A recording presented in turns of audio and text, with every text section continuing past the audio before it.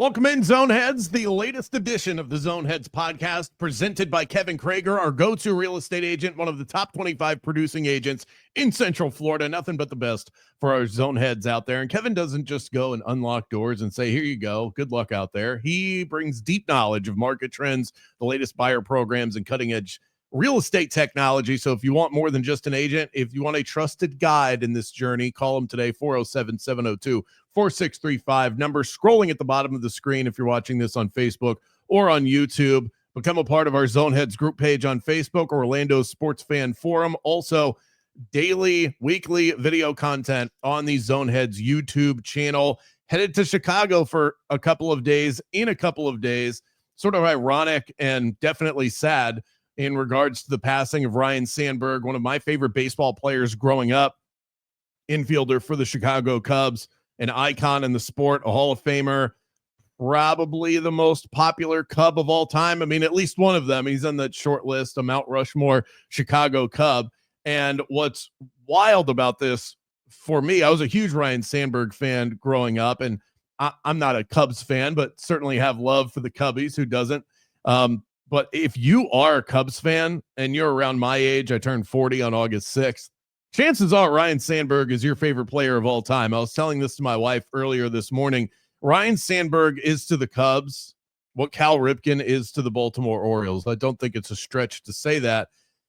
The Orioles and the Cubs play each other on Friday. They start a weekend series, and we are flying out to Chicago. We're flying into O'Hare on Thursday about early afternoon range. And then we're going to the game on Friday. That'll be the first Cubs home game since Ryne Sandberg's passing.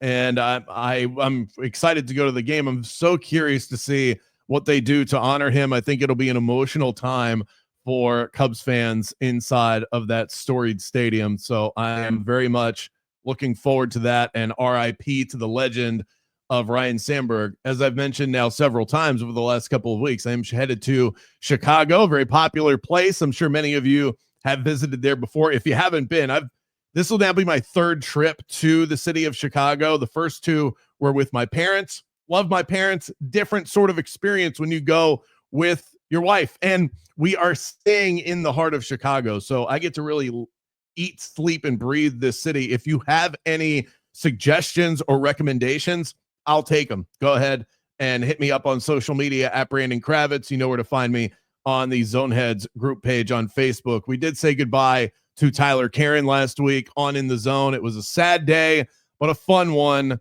He is a genuinely great person, so I am so happy for him that he is doing what's best for him. Of all of the emotional goodbyes that we placed on to each other, and for all of the listeners out there that were nice enough to send in some messages and some emails that I got from a couple of you as well. Shout out to Jesse and Greg for coming through on that. One of the things that I didn't mention, because I felt like the show was sort of, his final show last Friday was gushy enough. I probably didn't need to layer this in there. The thing I appreciate the most about Tyler is not even so much that I feel like his presence has made me a better host. It's made me better on the air, and I've achieved a lot of success ever since he started coming onto the show. And I don't think that that's any sort of accident. So I appreciate all of that, but I think he's made me a better person. He is 25 years old. He's the most patient 25-year-old I've ever met. And I tend to be a pretty impatient person. It's one of the reasons why this past year on New Year's Eve, I always set a New Year's resolution for myself. I try and hold to it. It's one of my things. You know, it's cliched to do that, but I take my New Year's resolutions very seriously. And mine was to be a more patient person. And I try and do that now in every phase of my life. It's not easy, but it seems to come easy to him. At 25 years old, I was an impulsive mess when I was his age. And so to see that he has a long distance girlfriend, and he never gives off any vibe like he's ever doing wrong by her. And I find that so admirable. I just think it's awesome. And then on top of that, for somebody that's his age, we're talking about Gen Zers tend to be a little selfish, a little myopic. They're about themselves. They're about promoting the brand. He couldn't care less about the brand of Tyler Karen. He's so much more interested in making sure that the people around him succeed. And at 25 years old, you're just not going to find a lot of Gen Zers that operate that way. And so I appreciate the hell out of Tyler Karen. Now the show will be changing. I'm off this week. There's no show. We flipped on Fox Sports, and I apologize for that, but I need time to get ready for what is next. So these are work days for me. Monday, Tuesday, and Wednesday. Thursday will start the actual vacation. What I'm doing is taking care of things on the production level, and some of the back end operation stuff, planning, and what I want to do marketing wise, and that sort of thing. And perhaps logo creation, because the show is going to be changing. And I am not going to make the announcement right now, but I finally have a date for you. August 7th is when we will be officially making the announcement for what is next on the afternoon block and who is going to join me on the afternoon show. And I'm so excited to deliver that message to all of you. It is coming. I promise you that. We'll tell you what is next, who is next, and when is next. And it's all coming before football season, and I'm fired up about that. Let's dig into why you came here. It is the tight ends ranking, my final along the top 12 series. This position is the one that, frankly, I had the least amount of joy putting together, because this position is a barren hellscape. There's just not a lot to love at the tight end position. And it's so strange, because it feels like we've gotten to this point in the NFL, the evolution of the league, where you've had the Rob Gronkowskis and the Tony Gonzalez's and the Travis Kelce's and what we thought Kyle Pitts was going to be coming into the league. These hybrid tight ends that can block, that can catch, that are red zone threats. It's such a matchup nightmare for defenses. If you have a great one, it's a cheat code. The problem is, what we have now learned as teams have used their tight ends more and more over the years, it's so hard to find that level of quality at this position, to find somebody that's good at doing all of those things and can create consistent, sustained success at the position. So it makes it really tough in fantasy, because we should have 10 tight ends that we love at this point. In 2025 in the NFL, there should be 10 to 12 tight ends that we are tripping over ourselves to draft.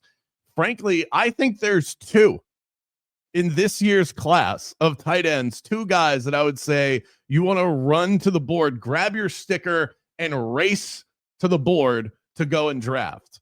Everybody else, I think what you're kind of targeting is consistency is very difficult. So in this position, so what I'm looking for is, I want that, and this has kind of been a theme throughout the course of this podcast, I want upside. I want guys that I don't want to draft somebody I'm going to draft them in the middle rounds and they're just going to finish as tight end 7. I'm not interested in that. Give me all or nothing when it comes to this position, because the tight ends, I feel like over the years, there's always the randomness of the position allows there to be names off the waiver wire for you to go and grab. Some of the most success that I have had in my years of playing fantasy football in snatching value off the waiver wire throughout the course of the season has been at the tight end position. It's not one that, because of that, unless I'm getting greatness, and I don't think there's a lot of it this year, I'm not willing to overdraft this position. I am very stingy when it comes to tight ends, and I'll tell you about some of my strategies as we dig into the top 12 right now. Number one, no brainer. It is Brock Bowers, number one with a bullet. This guy was the top tight end in fantasy football last year as a rookie with bad quarterback play. Now he gets Geno Smith. He's got another year of seasoning. The sky is the limit for the newest star at the position. We kind of saw this coming from a mile away when he was playing at Georgia, that when this guy got to the NFL, he was going to be an absolute game wrecker. And he has already met those expectations 1 year into the league with an upgrade now at the quarterback position. The question to me isn't, is he number one? That is a no-brainer in my opinion. It's how early should we be drafting him among everybody else? And for me, I'm setting in to about early round 2, just so I don't have to worry about the trash heap of this position. So I'm willing to overdraft, jump ADP a little bit in order to get somebody like Brock Bowers, even though I don't love the team build of drafting a tight end in the first 2 rounds, even the first 3 rounds. I don't like the way that my roster starts to come together, but it's just such a premium to have a guy like that at that position. I think you can make up for it later elsewhere. And then you don't have to worry about it the rest of the draft also, so you can take stabs at other players. I will say, though, if you draft a tight end really early, either him or the guy who's going to be number 2 on the list, I think you kind of have to punt on quarterback, unless you're getting some crazy value, Josh Allen dropping to round 5 or 6, like something like that. I think you have to kind of pick and choose. Am I going to shore up the quarterback position, or am I going to shore up the tight end position early? If you try and do both, they're going to be too weak at the premium positions of running back and wide receiver. Number 2, Trey McBride of the Arizona Cardinals. If you love catches, if you love a good allergy to the end zone, this is your guy. Trey McBride, a target monster, 147 last season. He actually led the NFL in target percentage. 28% of the Cardinals' targets went the way of Trey McBride. Here's the thing, though. The ceiling is capped, which is why I'm not willing to take him in the same range as Brock Bowers. On intermediate and deep passes, McBride has 21 receptions for 419 yards, which ranks 5th among tight ends. Bottom line is Kyler Murray doesn't sling it deep all that often, and he doesn't score touchdowns. I just think that you're drafting a can't-miss, consistent tight end. You're avoiding the muck.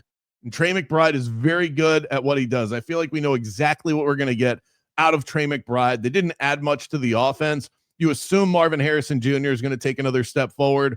Early round 3 at best for me when it comes to Trey McBride.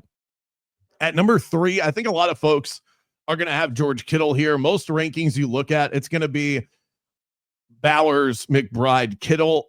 I like Sam Laporta in the 3 spot. I'm a little bit worried about George Kittle. I feel like he was discounted there for a couple of years. He has a propensity to get hurt, try and play through it. Laporta did not disappoint in his first season. He was a big time disappointment last year.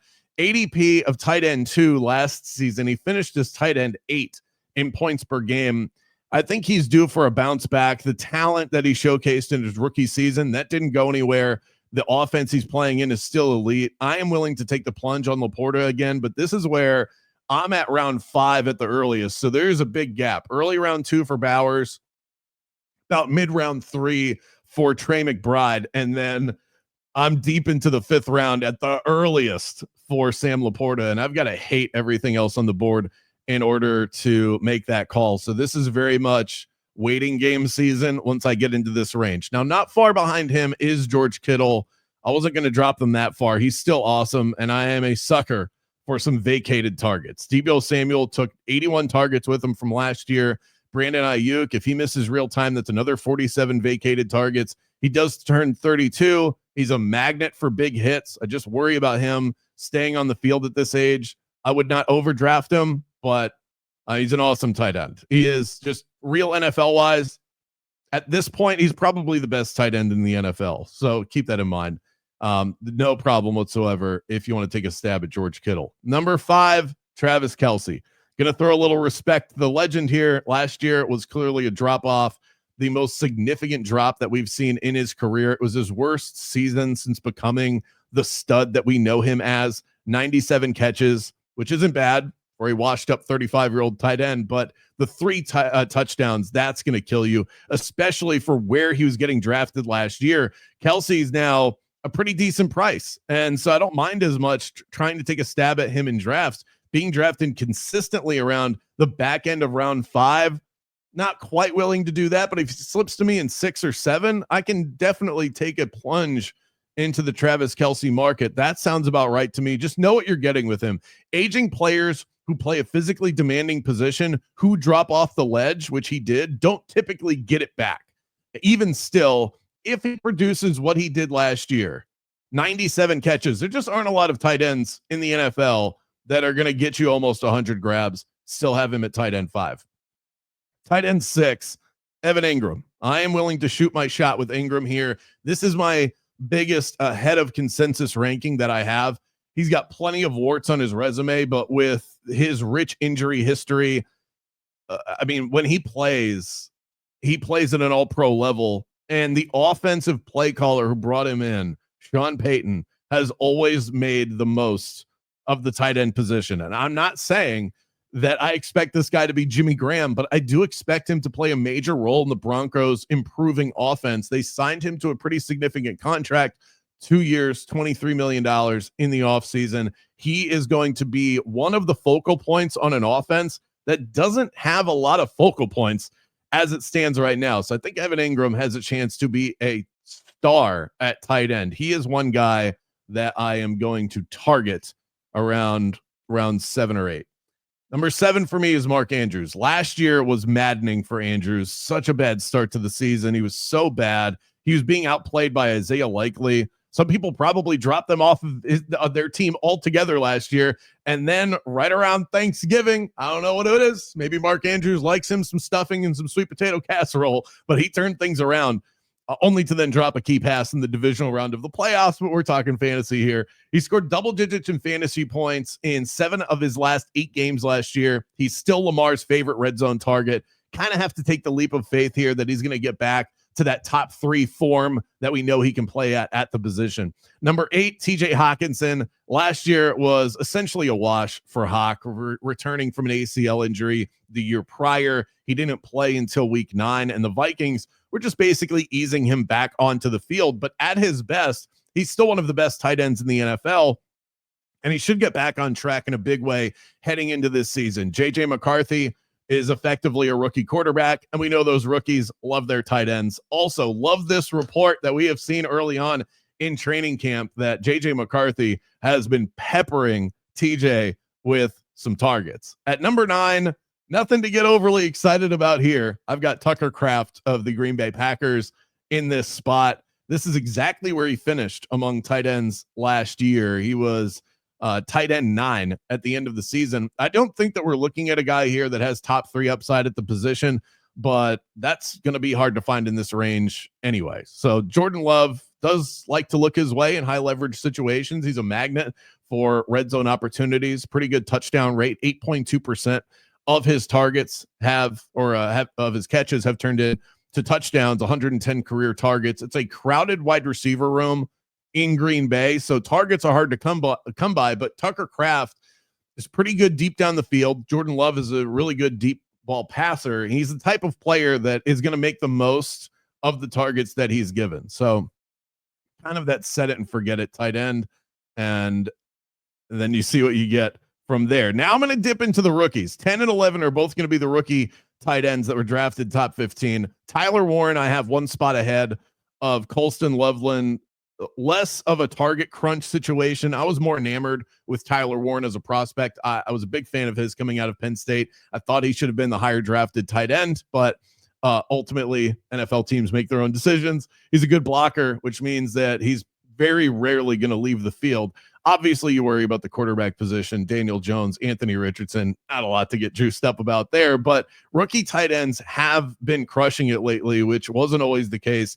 Definitely worth a shot given the dreck at the position in this area. Keep in mind, we're talking tight ends, and we're already at ranking number 10. Let's move on to 11, Colston Loveland. The fit could not be better for him. There's a reason they drafted him ahead of Tyler Warren.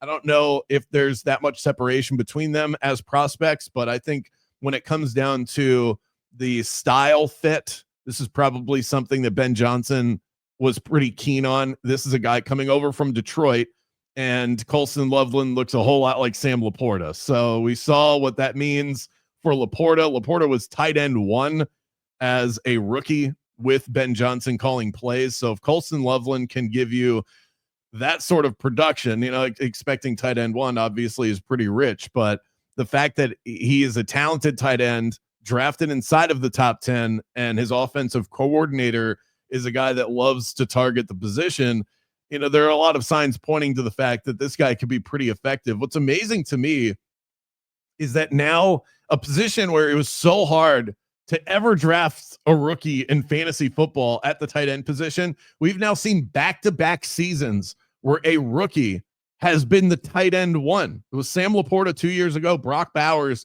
last year. So we are seeing a bit of an evolution of how quickly these guys can jump on board. So I love the idea of taking a swing on either Tyler Warren or Colson Loveland late in drafts, and then pairing one of those guys with somebody that has a high floor and a low ceiling, Jonnu Smith, Dallas Goedert, Zach Ertz types, to where if Tyler Warren and Colson Loveland just look like deer in headlights the first 3 weeks of the season, then you can throw one of these other tight ends into the starting position and you'll be fine. At number 12, it was hard to honestly come up with a 12th player that I really liked at this position, but I'm going to go with David Njoku. Hard to stomach putting a Cleveland Browns pass catcher on this list, given their quarterback situation that I think is getting worse by the day. But it was either him or Kyle Pitts in this spot, and I just can't ride the Pitts train anymore. So let's roll with David Njoku. For me, this is not a player that I'm likely to end up with, but I can see the appeal. Over the last 2 seasons, Njoku has averaged 8.1 targets per game and 52 receiving yards per game. Kevin Stefanski loves to use his tight ends, and David Njoku should stay around that 25% target rate, which is really good for the position. Those targets are just going to be very, very low value. Folks, if you're in Central Florida like me, make sure you stay inside for most of the afternoon. We are reaching 100 degrees in Central Florida today. And if you're listening to this and you don't live in Florida, that might not sound that crazy. The feels like temperature at this stage in the year is about 100 degrees every single day, but it's never actually 100 degrees in Florida. So make sure you're staying safe out there. That does it for this week's episode. Back at it next week with some of my early plays in college football week 0. Fast approaching. Visit zoneheadsmedia.com. I've got daily Major League Baseball bets up there, as well as all of the podcasts I'm affiliated with, some video content as well. And make sure you follow on social at Brandon Kravitz, at Zoneheads. Shout out to Kevin Crager, our sponsor, and we'll see you next week.